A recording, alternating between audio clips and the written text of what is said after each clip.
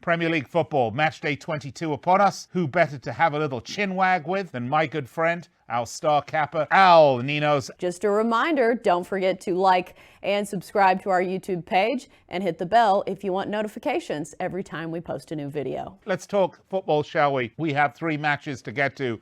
Let's start with probably the easiest one of the 3, Al. Let's talk Wolverhampton Wanderers, Newcastle United. This is at the Molineux. Wolves in 7th position, 30 points. Newcastle, 13th position, 25 points. This is Nuno Espirito Santo. So really done a great job at Wolves against Steve Bruce. And Wolves did not have the best holiday fixtures. Lost 3, won 2. But 2 of those losses were to Spurs and Liverpool. So, sort of to be expected. João Moutinho, though, that is the key man for Wolves. He's second only to Liverpool's Trent Alexander-Arnold in setting up goals. He's the assist man. And he is working wonders for Wolverhampton Wanderers right now. And Wolves, partly because of João Moutinho, they've scored a full 1/3 more goals than Newcastle have all season. But they've only won 2 of the last 11 against Newcastle, and those were both away at St. James's Park. Things for Newcastle have cooled considerably for Steve Bruce. Newcastle lost 3 in a row, and quite frankly, they're in danger of getting sucked down into that relegation zone again. We will see what happens. For me, at the Molineux, quite frankly, Al, this isn't too difficult. I'm going to say Wolves going to win this one 2-1. The question is, do Newcastle score? Probably 2-1, I'm going to say.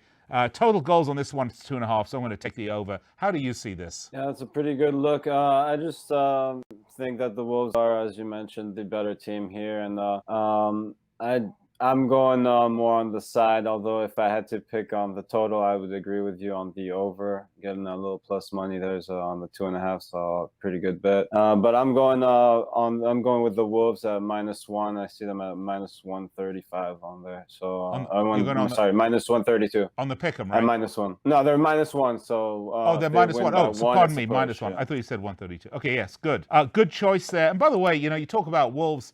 They're pretty good. If you look right now, Chelsea, Leicester, Liverpool, Man City, the top 4. Chelsea kind of dropping down a little bit. Man City in ascendancy again.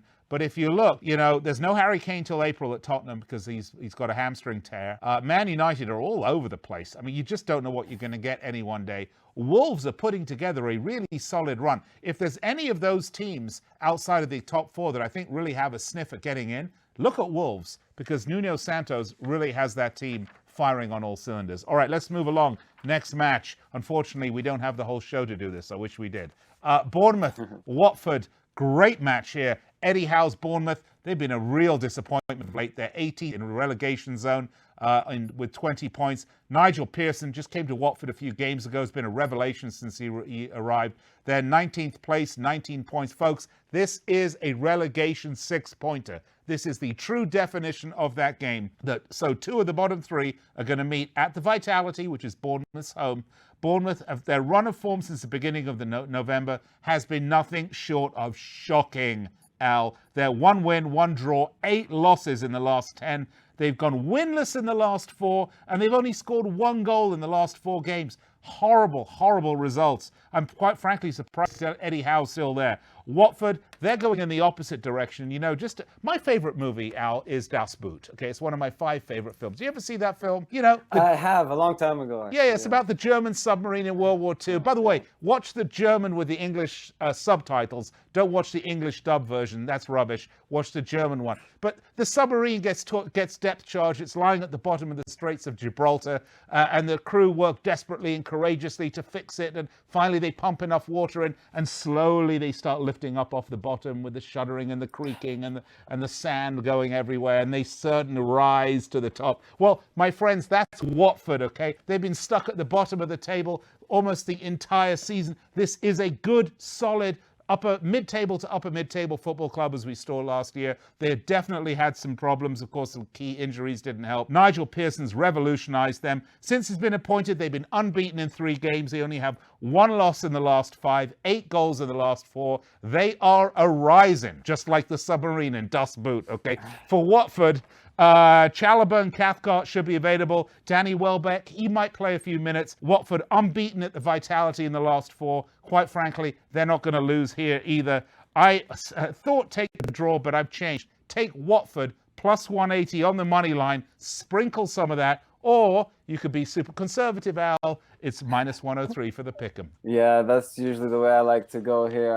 And again, as you mentioned, two teams going complete different directions. Watford winning 3 of their last 4 with a draw in there, whereas Bournemouth actually lost 3 of their last 4 with a draw. And yeah, as you mentioned, the Watford turning their season around after Nigel Pearson coming along. And yeah, absolutely love Watford here. Don't blame you for taking the plus 180. That's a nice big plus. I do expect them to win this game. But again, going the conservative route, as you said, and taking them at a pick 'em minus 103. Unfortunately, my chatting about Das Boot has taken the time off the clock, so let's make this next one quick. It's a London derby. It's at Selhurst Park. It's 9th place Crystal Palace with 24 points. 29 points. Playing Arsenal in 10th place with 27 points.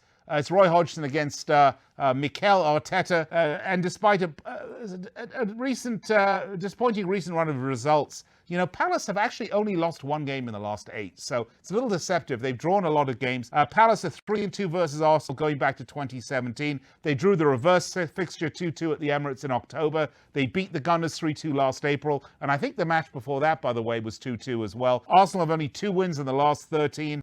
They haven't had back-to-back winners since week 1 and 2. Zaha's current issue at Palace, they're valuing him at £80 million. Whether or not anyone takes it, it's just maybe he'll just be sulking and not playing. But I don't think so. This, to me, is another one of those draws. I'm going to say 2-2. Take 288. Al, all yours. Yeah, I'm leaning Arsenal here, minus 116, and also like the over 2.5 at minus 125. I like what I saw. Arsenal, I think, playing a bit better. They got coming off a nice 2-0 win against Man U, and I just. But it's Man U. Take this one. You don't know whether you get rubbish Man U. Oh, wonderful. And by the way, Fernando Ramirez writes in and says, thanks for the awesome picks. Thank you, Fernando, for just being beautifully awesome. I don't know what else to say. And watch Das Boot. Okay, I have no idea why Crystal Palace are plus 335 home favorites. I don't think anyone's expecting them to get the win, by the way. Not me either. But look, 3 of the last 5 matches have been 2-2 draws, by the way. I'm telling you, Al, you got to look at history. Just like Das Boot, that was World War II history. I see it. 2-2. I'm telling you, 2-2. Take it, run with it. The draw on the money line, plus 288.